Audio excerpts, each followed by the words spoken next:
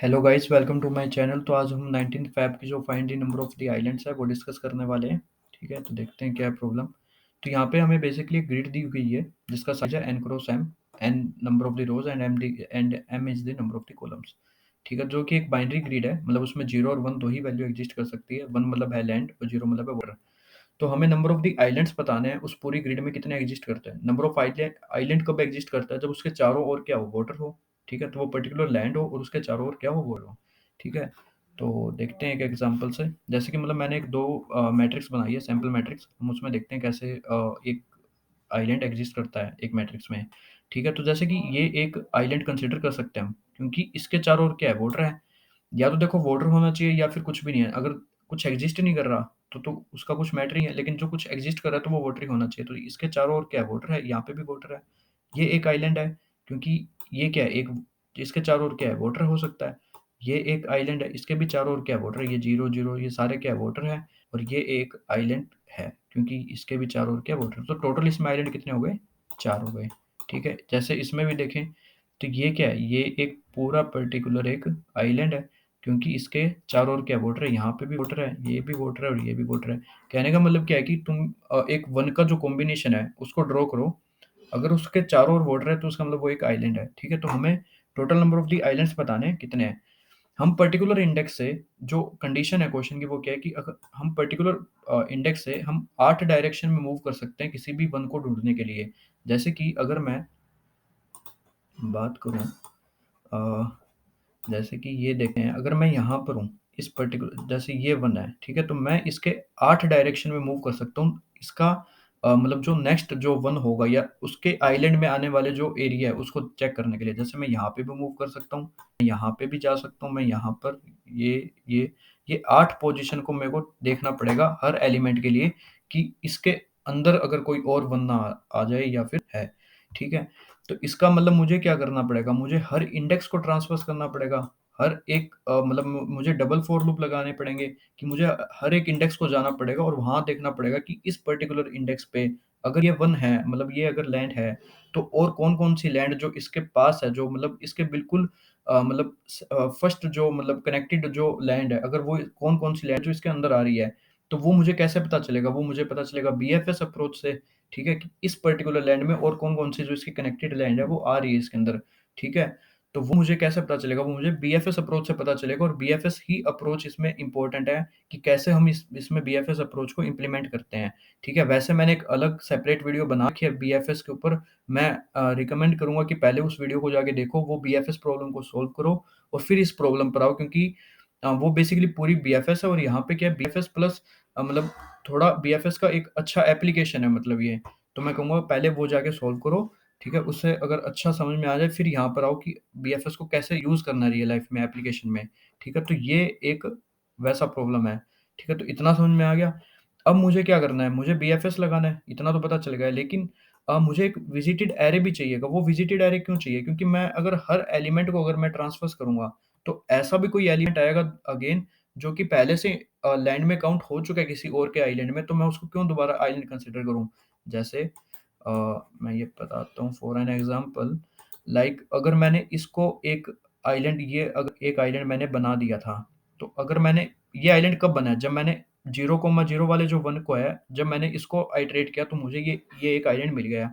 लेकिन जब मैं 0,1 पे आऊँगा मैं दोबारा, और यहाँ से मैं जब स्टार्ट करूँगा, तो मुझे क्या पता चलेगा कि यहाँ पर तो मतलब ये आइलैंड में पहले से कंसिडर हो चुका है, तो मैं इसको अगेन आइलैंड में नहीं बना सकता।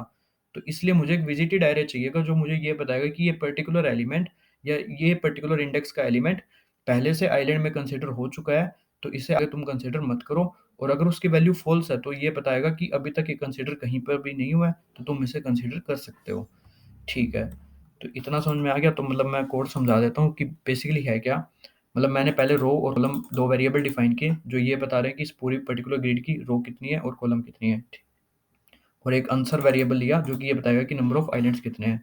एक बूलियन एरे डिफाइन किया, जो कि ये बता रहा है 2D बूलियन एरे, कि कौन-सा एलिमेंट, कौन से पर्टिकुलर इंडेक्स का एलिमेंट अभी तक आइलैंड में काउंट हो चुका है और कौन-सा नहीं हुआ है। ठीक है, ये एक 2 जो एरे एक बार मैं बताता हूँ इनके बारे में बाद में। तो ये बेसिकली क्या है, मतलब मैंने यहाँ से स्टार्ट किया, 2 फॉर लूप बनाए। जो कि आइटरेट कर रहे हैं रो और कॉलम को, ठीक है? हर एलिमेंट को मैं ग्रिड के आइटरेट करूँगा और मैंने अगर कहीं पे भी पर्टिकुलर इंडेक्स पे मैंने देखा कि इस पर्टिकुलर ग्रिड की वैल्यू 1 है, तो इसका मतलब ये क्या है? लैंड में कंसीडर है। फिर मैंने देखा कि इस पर्टिकुलर इंडेक्स की जो विजिटेड एरे है, ठीक है? उसमें उसकी वैल्यू क्या है? फ़ॉल्स है। तो इसका मतलब क्या है कि ये अभी तक किसी और के आइलैंड में कंसीडर नहीं हुआ है और मुझे इसको कंसीडर करना है। अगर मुझे इसको आइलैंड में कंसीडर करना है तो मुझे नंबर ऑफ द आइलैंड की वैल्यू क्या करनी पड़ेगी? +1 करनी पड़ेगी। ठीक है, इतना समझ में आ गया। ठीक है, तो अब मतलब इसी एग्ज़ाम्पल में दोबारा देखें तो अगर मैं i इक्वल्स टू 0 पे हूँ तो अभी तक हमने क्या काम किया है? हमने अभी तक इसको आइलैंड में कंसीडर कर लिया है और एक आइलैंड मान लिया। तो हमें बीएफएस अप्रोच लगानी पड़ेगी कि इस पर्टिकुलर आइलैंड में कौन-कौन सी लैंड इसके अंदर इंक्लूडेड है। तो वो फाइंड आउट करने के लिए मैंने क्यू बनाई जो कि पेयर को मतलब पेयर टाइप की है, ठीक है? पेयर एक क्लास है जिसमें 2 वेरिएबल है P1 और P2, ठीक है? उसकी मतलब मैंने क्लास बनाई और एक क्यू है। अब इस क्यू में मैं बेसिकली करूँगा क्या, मैंने स्टार्टिंग में जो जिस इंडेक्स पे मुझे 1 मिला है, मैंने उसको डाल दिया, ठीक है? तो उस क्यू एक बॉक्स टाइप डाटा स्ट्रक्चर मान लो यार तुम कि उसमें से मतलब फर्स्ट इन फर्स्ट आउट मतलब कि मैंने उसमें से जो वैल्यू निकाली मतलब 0,0 का एक पेयर निकाला, उससे जो-जो कनेक्टेड है रोड्स, उससे कनेक्टेड 8 रोड हो सकते हैं किसी भी पर्टिकुलर इंडेक्स के लिए 8 डायरेक्शन हो सकती है। उन आठों डायरेक्शन में मुझे चेक करना पड़ेगा कि कौन-कौन सी लैंड ऐसी है जो अभी तक विज़िट भी नहीं हुई है और वो इसके अंदर इंक्लूड हो सकती है। तो हमें यही फाइंड आउट करना है। तो मैंने एक वेरिएबल न्यू रो और न्यू कॉलम डिफाइन कर लिए हैं, जो कि मुझे ये बता रहे हैं कि इस पर्टिकुलर मुझे मतलब ये पर्टिकुलर है और मतलब मैंने 8 डायरेक्शन मुझे मूव करना है। तो ये 8 डायरेक्शन के कोऑर्डिनेट्स के एरे हैं 2 डायरेक्शन x और डायरेक्शन y जैसे 0,1 यार ये देखो बेसिकली वैसे ही है। तुमने देखा होगा कि एक ग्राफ में तुम ओरिजिन ड्रॉ करो, एक ग्राफ बनाओ एक्स वाई का, ठीक है? उसमें 0,0 पे ओरिजिन लो और तुम 1-1 यूनिट पे जो-जो डिस्टेंस कवर कर सकते हो 8 डायरेक्शन में, उनके कोऑर्डिनेट्स है ये बेसिकली 0, 1, 1, 1, 1, 0 इस टाइप से, ठीक है? तो मुझे क्या करना पड़ेगा किसी भी पर्टिकुलर एलिमेंट पे अगर मुझे 1 मिला है, तो मैं उसके 8 डायरेक्शन में जाऊँगा, तो मुझे क्या करना पड़ेगा 1-1 यूनिट ऐड करना पड़ेगा। तो मैंने वही किया है कि मतलब मैंने 8 डायरेक्शन में मैंने हर में न्यू रो और न्यू कॉलम में उनको ऐड कर लिया है और फिर मैंने एक बेसिक कंडीशन चेक करी है कि जो मैंने ऐड किया है, जो मतलब मेरा फाइनल वेरिएबल आए हैं, वो ग्रेटर दैन और इक्वल टू मतलब वो उस मैट्रिक्स में तो एटलीस्ट एक्जिस्ट करने चाहिए। तो उसकी कंडीशन हो गई कि वो ग्रेटर दैन और इक्वल टू 0 होने चाहिए और जो रो वेरिएबल है उससे कम होना चाहिए, ठीक है? ये कॉलम के लिए हो गई और फिर वो जो जिसका मतलब मैंने अभी कंसीडर किया है, वो लैंड भी होनी चाहिए क्योंकि आइलैंड में कंसीडर करने के लिए तो वो लैंड भी है, तो वो इस वेरिएबल से पता चलेगी। और वो अभी तक किसी और के आइलैंड में अभी तक कंसीडर नहीं हुई है, तो उसका कैसे पता चलेगा? वो विजिटेड एरे से पता चलेगा। तो ये एक पूरी कंडीशन हो गई, ठीक है? अगर ये सारी कंडीशन सैटिस्फाई हो जाती है, ठीक है? तो मतलब वो क्या है, वो एक ऐसी लैंड है, जो अभी तक ना ही किसी आइलैंड में कंसीडर हुई है और वो हम लैंड को जो अभी हम आइलैंड बना रहे हैं, उसमें उसको कंसीडर कर सकते हैं। तो इसलिए मैं उसको क्यू में डाल दिया, ताकि उससे जो और कनेक्टेड लैंड है, वो हमें मिल जाए, ठीक है? बीएफएस का यही मतलब होता है।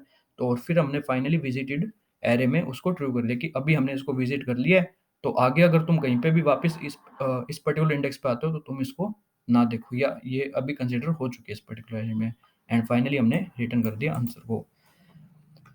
तो यार देखो मतलब काफ़ी मतलब ट्राई किया है मतलब समझाने का, फिर भी कुछ अगर मिस्टेक हो गई है तो कमेंट करके ज़रूर बताओ और मतलब कुछ और अप्रोच है तुम्हारी या तुम्हें लगता है कि ये कुछ मतलब नहीं समझ में आ रहा अच्छे से तो कमेंट करके बताओ और अगर कुछ अच्छा लगा वीडियो में कुछ समझ में आया प्रॉब्लम तो प्लीज़ लाइक करो शेयर करो सब्सक्राइब करो okay and thanks for watching.